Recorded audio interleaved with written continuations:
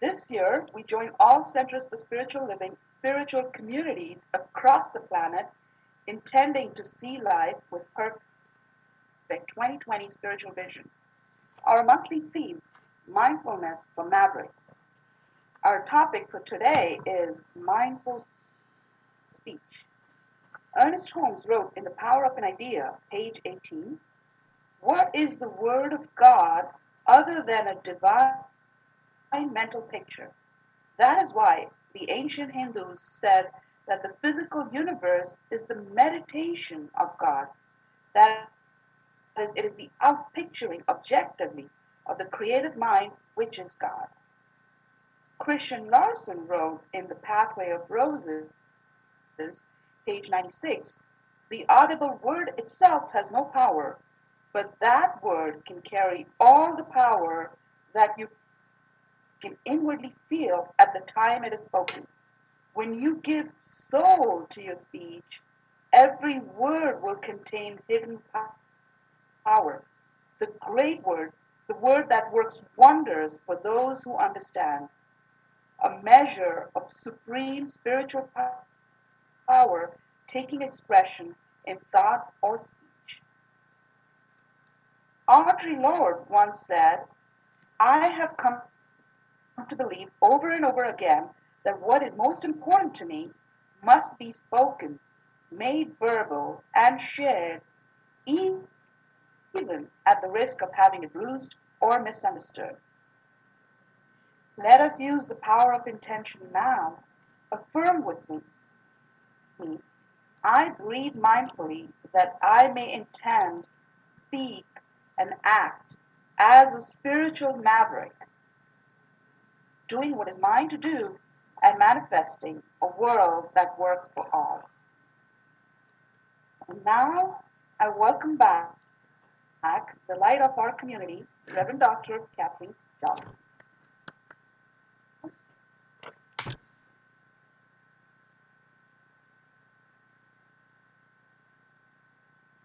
Thank you. Thank you so much, Ami.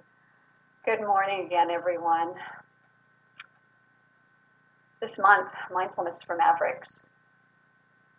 Hold on just a minute. Okay, ready? Okay. So this month, Mindfulness for Mavericks has been an inspiration for me, reminding me to let go of the past, let go of the future, and come into the power of the present moment. So I want you to listen to this for a moment. Many of you have heard of the original Serenity Prayer. However, have you heard of the new Serenity Prayer? And it goes like this: God, grant me the serenity to accept the person that I cannot change, the courage to change the person that I can, and the wisdom to know that that person is me. A great reminder of where our work begins. So this idea of present moment awareness, where the entire power of the universe resides within us, as we let go of the mind chatter of the past and the future, and as we come into that power of the present moment, we truly do access the creative power, the inspiration of the one universal mind, the creative mind of the divine, of God, of Source, of all that is. That is the power that we are looking for, that will create lasting, deep change or transformation within ourselves. And that is the place from which we can then join with others to co-create this thing that we call a world that works for everyone, heaven on earth. So today, let us access that power of the now through the use of mindful speech. Mindful speech. And those were some really beautiful readings that Ami just shared with us, because there's some elements in there that are so important to mindful speech. I want to begin by talking about the creative power of the word and how it relates to ancient wisdom teachings. So one of the first places that I looked was the book of John. This is the New Testament, the book of John, chapter 1, verse 1. And it says, "In the beginning was the Word, and the Word was with God, and the Word was God." So the Word, Ernest Holmes helped us to clarify what that was, that it's a mental picture. Mental picture, since there is only one power, one life, one presence, the mental picture comes from the mind of God that is sourced within each one of us. And so we can extrapolate that was a mental picture or some such thing in the mind of God of a new desire that fired this new idea of creation, that gave birth to creation, and in some of the ancient teachings, like in the Hindu tradition, there is a belief that there are multi-universes. In fact, our science is beginning to affirm that there are multi-universes and multi-creations that are taking place in different realms and different levels all at the same time. So this understanding of this thing called the creative process is one of the hallmarks and the bedrocks of our teaching. And it supports us in really becoming aware and conscious of what we are thinking and what we are speaking, because every word, every thought is the creative power of the universe unfolding. Now, the other thing that fits into this is this idea of meaning that was brought up by Christian Larson. Just saying words is not, it's really not going to do anything. Particularly if we're not giving them any meaning, we're just spouting off a bunch of words. However, if they come from meaning, that means that comes from a picture in our own minds or a thought in our own minds that is fired by desire and fired by passion and fired by feeling. We can say it's that our words have soul. Then what will happen is that those words are amped up in creative power. That is a really important thing to remember. Amped up in power through feeling. It's essentially feeling, conviction, faith, trust, all of those things that we talk about so often.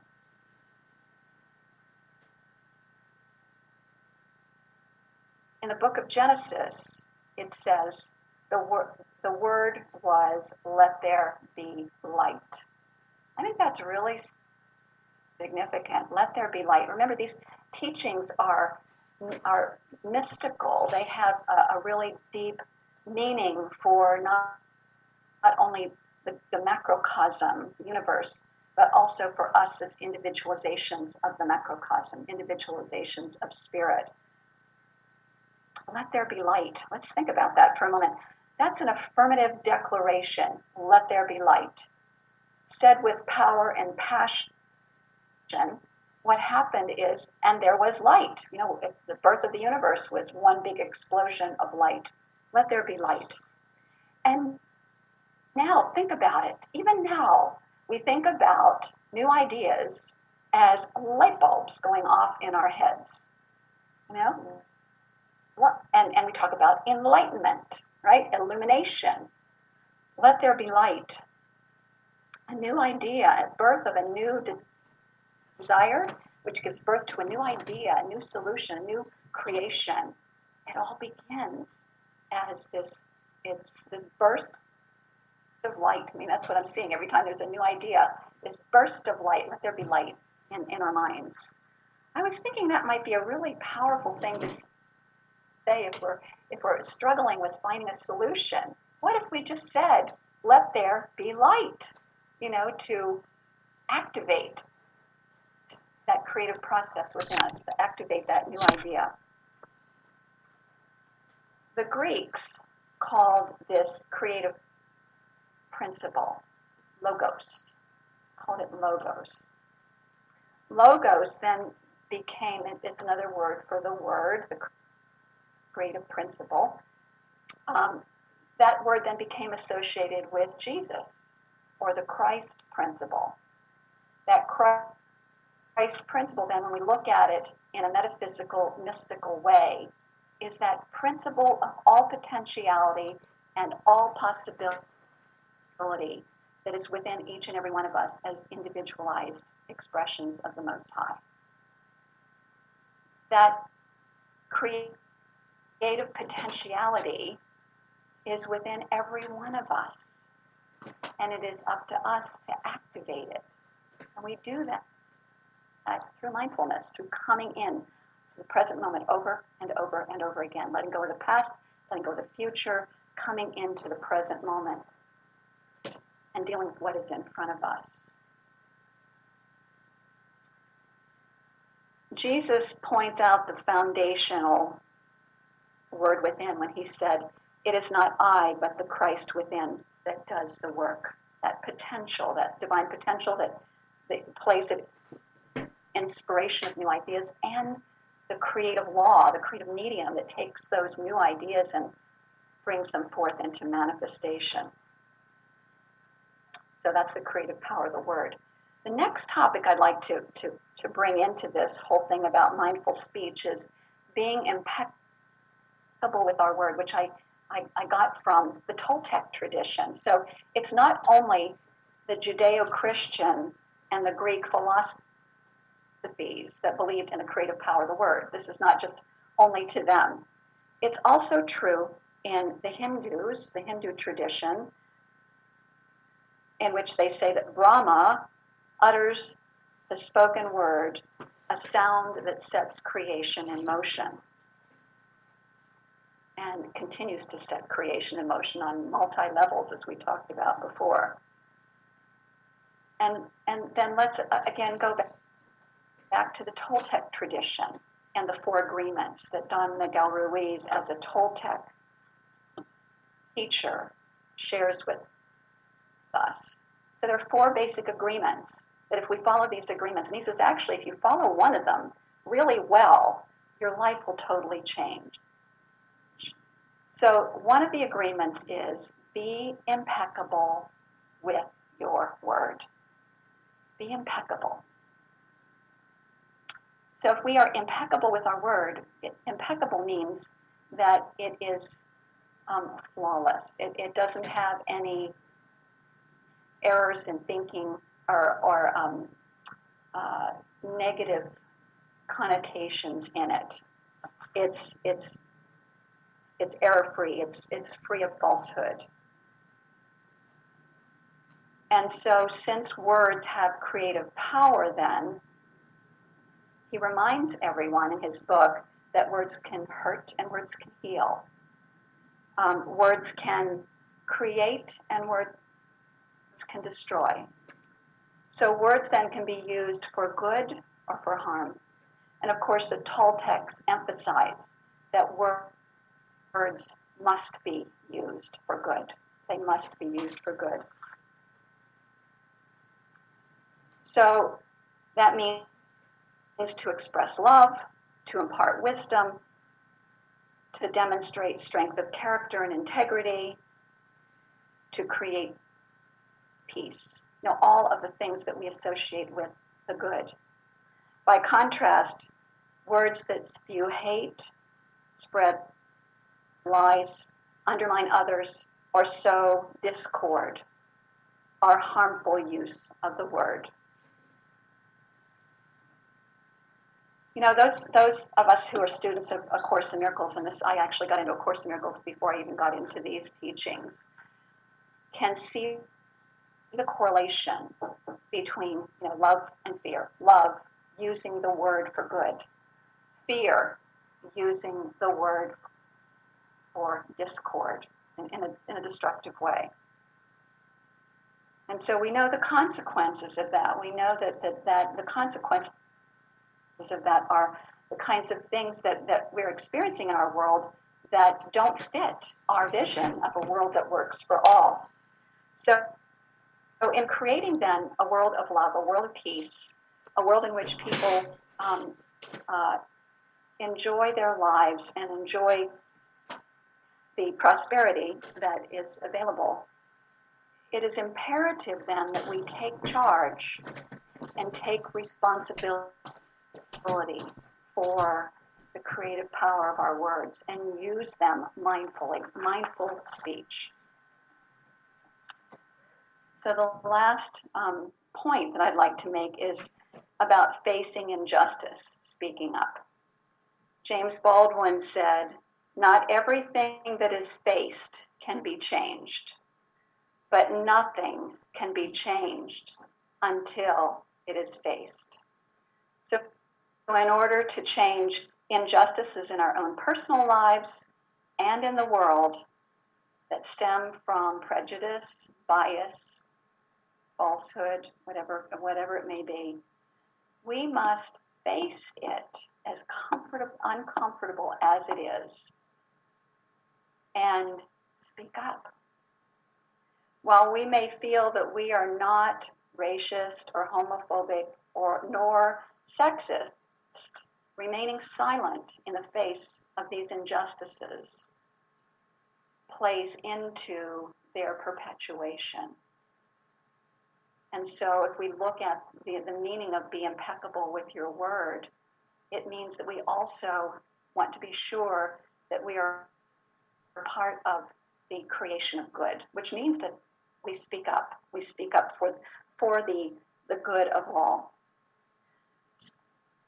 So you may say, well, why is it that we don't speak up? I mean, I think we all know. Usually we simply don't want to deal with the negative reactions of others. It can be as simple as that. Or we may also say, that's really not my problem. That's somebody else's problem. And what I want to bring us back to is the awareness that we're all in this together. We know this. We say this all the time. So humanity is uplifted as a whole. And so it does become, I'm not going to say our problem, but it becomes our challenge. I don't like the word. Our opportunity. There it is. Our opportunity to continue to stay on the path of co-creating heaven on earth, a world that works for everyone when we speak up. So what happens when we're afraid to speak is we may choose to completely silence ourselves, or we may simply say only that which feels safe to say to the other person.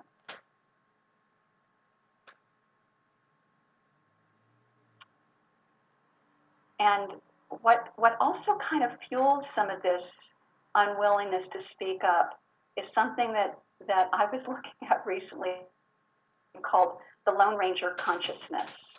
It's like I'm just going to stick to my own business and be in my own life, and what else is going on in the world is really up to everybody else. I understand this to a certain extent. I mean, I really do get this. But I also know that Lone Ranger consciousness is not what's being called forth in this world. We are social beings. We are all interconnected. And so what affects someone else ultimately does affect us. There's a man by the name of Harvey Milk who said, hope is not silent. That means that it is important for us to give soul and conviction to what is standing up for the rights of ourselves and others. So let us face the injustices, as challenging as it may be. And our media has been really supporting us in that recently, as individuals have been sharing their experiences with, I was just thinking about Cory Booker sharing experiences about growing up Black and the challenges, and some other people as well on TV that have helped us to face what is really going on with our Black brothers and sisters. So we face it. And then once we face it, this is where mindful speech comes in. We want to do it with wisdom. We don't want to just spell off anything, because that can actually cause greater harm. So this is about being impeccable with our word, breathing mindfully, coming into the present moment, into the now, standing in our, embodying our own creative power. That means, for me, that's breathing all the way down to my toes into the earth and back up again and forming this light globe all around me, and standing in this place of present moment awareness with the intention to be impeccable with our word, to be a beneficial presence. And then speaking mindfully from that place. It's very powerful. It takes a few moments. It means that we sometimes have to stop and breathe rather than just be reactive. That way we can be responsive. Permit me, if I could for a moment, to repeat a story that some of you may have heard, and particularly if you've taken the Essential Ernest Holmes class. This is a familiar story. This is actually in the introduction to that book. And it's a story about the early days of our spiritual movement. And Ernest Holmes was our founder, for those of you who don't know about our teachings. And he decided, he was drawing large, huge crowds, really too many for the theaters to hold. And so what they decided to do, he and his followers, is create new branches of spiritual centers. They called them churches in those days. Now we call them spiritual centers. And one of those was one called the Third Branch Church of East Los Angeles. It was a very diverse congregation.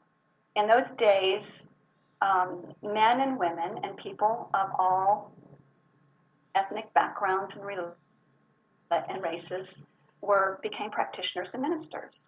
Ernest Holmes had a philosophy, and the teachings actually of Science of Mind, when you think about them, really are about inclusion. They're about supporting and honoring people having a direct experience of the divine.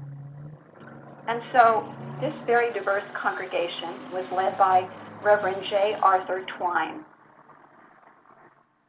an Afro-American, a black man.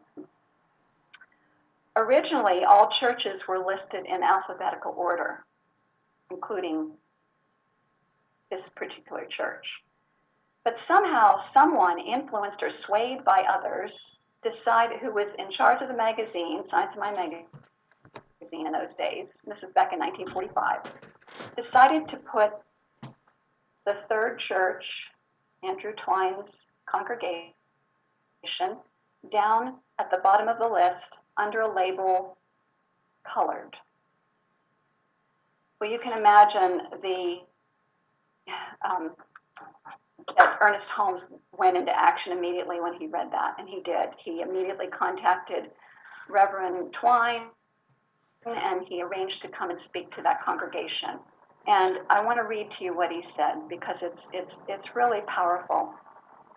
It says, to a hushed and packed house, Ernest began, I've been told that too many non-Caucasians attend these lectures. But this we must affirm. We are all children of the one living God. One life permeates all, without exception. One intelligence that governs all, and most important, every man and woman who abides in the universe is a significant entity in the one universal consciousness. Our doors will forever be open to all. Whoever you are, be proud. You are a divine idea in the mind of God. So someone had bowed to the segregationist conventions of the day, only to be reminded that Ernest's teachings were anything but conventional. This is the maverick that we're talking about, the spiritual maverick. Ernest Holmes was a spiritual maverick. He did not follow convention. He followed spiritual truth. That's what we're all being asked to do when we use mindful speech, is to speak truth. Let truth guide us. So the magazine immediately reverted back to alphabetical order.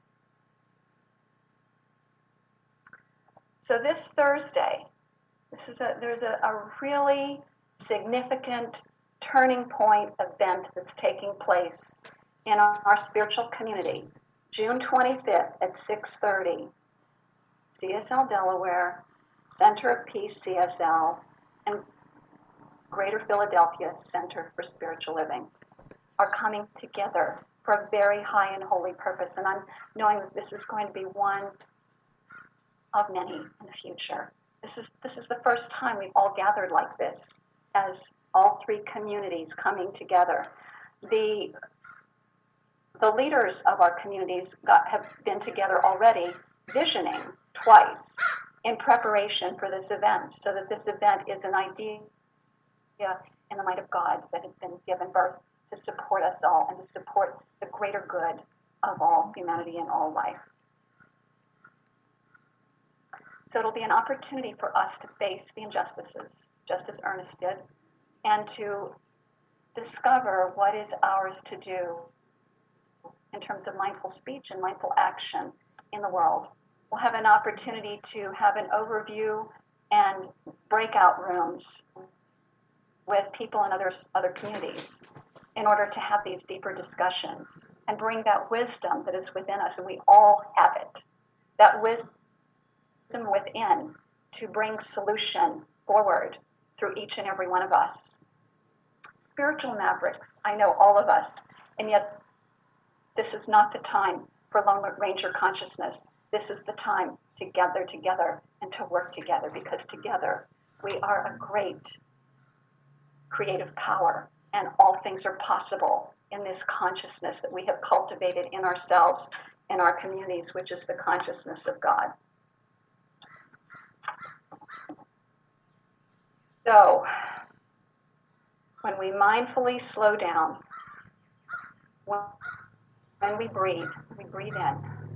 When we come into the present moment, letting go of the past and the future, being here and now. When we contact an intention to be impeccable with our word, to be a beneficial presence, we contact the love and the cosmic heart of the divine. We contact the wisdom of the universal creative mind and the creativity of it. And we can then use mindful speech as a tool for transformation of our own consciousness, which of course affects the consciousness of all humanity. So let's turn within in prayer. I speak this word for the highest good of all, knowing that the power of the one creative mind flowing through me is flowing immediately into manifestation. I know there is one source, one creative mind, one cosmic heart, and that we are made in its likeness and image. We are pure spirit, individualizations of the one power, and thus participants in the process of creation, gifted with the very creative power of the word. I know that all beliefs of injustice is not my problem, all those Lone Ranger beliefs, and that they might judge me if I speak up, all those thoughts that cause fear in us are neutralized by the power of this word, which is the power of truth. I know that together with this creative power that is indwelling in all of us, we can co-create the seemingly miraculous. So I now know that intelligence within us knows how to listen, when to speak our truth, that is, what to say, who to say it to. And I also know that because of who we are and what dwells within us, we have the boldness We had the courage to stand up and speak up for that which is highest and best for all. We can speak up and be paradigm shifters.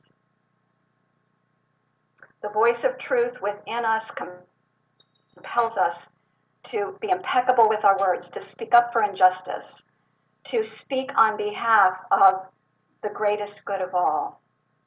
And I'm claiming that we are all masters of collaboration, cooperation, and communication as we join together with others in this process of creation. So I'm so grateful for the truth of this word.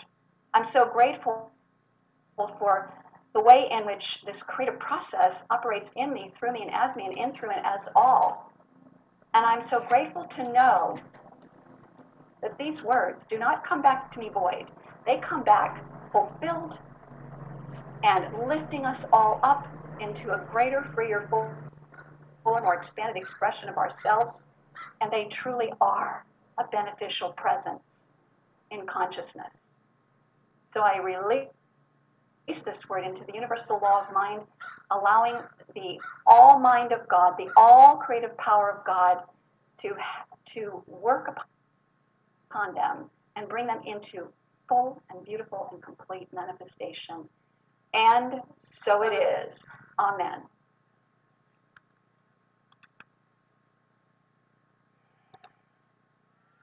Thank you.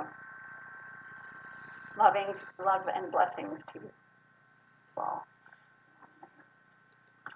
So now I would like to introduce to you again